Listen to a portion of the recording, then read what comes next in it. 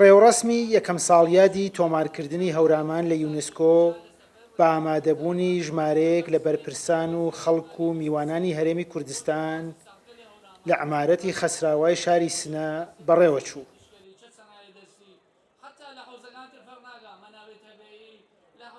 لەم ڕێوەڕەسمەدا لەلایەن پارێزگاری سنە و بەرپرسانی پارێزگاوە پەردە لەسەر لەوحەی تۆماری جیهانی هەورامان لادرا و پارێزگاری سنەش لە وتارێکدا ڕایگەیاند کەرتی گەشتیاری گەورەترین و گرنگترین دەرفەتی پارێزگای سنەیە و هەوڵەدەن لە هەموو تواناکانی ئەم کەرتە سوود ببینن.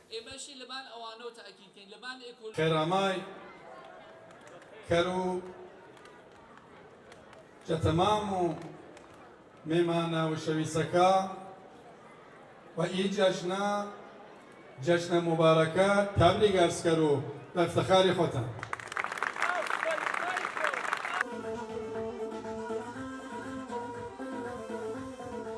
لە ڕێوەڕەسمی ساڵیادی تۆماری جیهانی هەورامان هەروەها هونەرمەندانی هەورامان بە پێشکەشکردنی چەندین پارچە موسیقا و هەروەها خوێندنەوەی شێعر شەوەکەیان ڕازاندەوە و تەئکیدیان لەسەر پاراستنی هەرچی زیاتری دابوونەریتەکان کردەوە.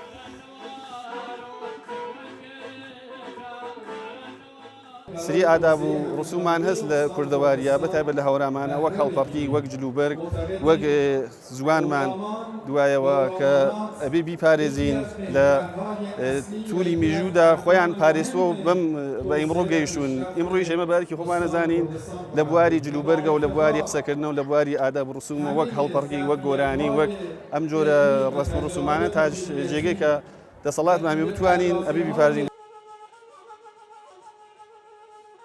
چالاکانی فەرهەنگی بەشداربووی ئەم ڕێوەڕەسمەش پێیان وایە ئەم تۆمارکردنە جیهانیە دەرفەتێکی زێڕینە بۆ پاراستن و هەروەها ناساندنی زیاتری هەورامان و کوردستان بە هەموو جیهان.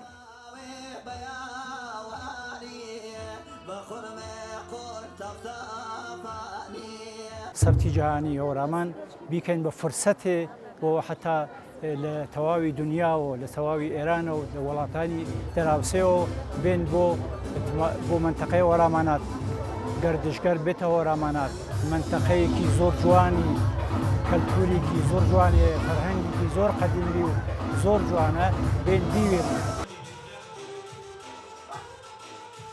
ناوچەی هەورامان بە مێژوویەکی چەندین هەزار ساڵە و دابوونەریتێکی پارێزراوەوە بە یەکێک لە ئاسەوارە جیهانیەکانی مرۆڤایەتی ئەناسرێت و تۆمارکردنی لە یونسکۆ هەل و دەرفەتێکی بێوێنەی ڕەخساندووە بۆ زیاتر ناساندنی بە جیهان.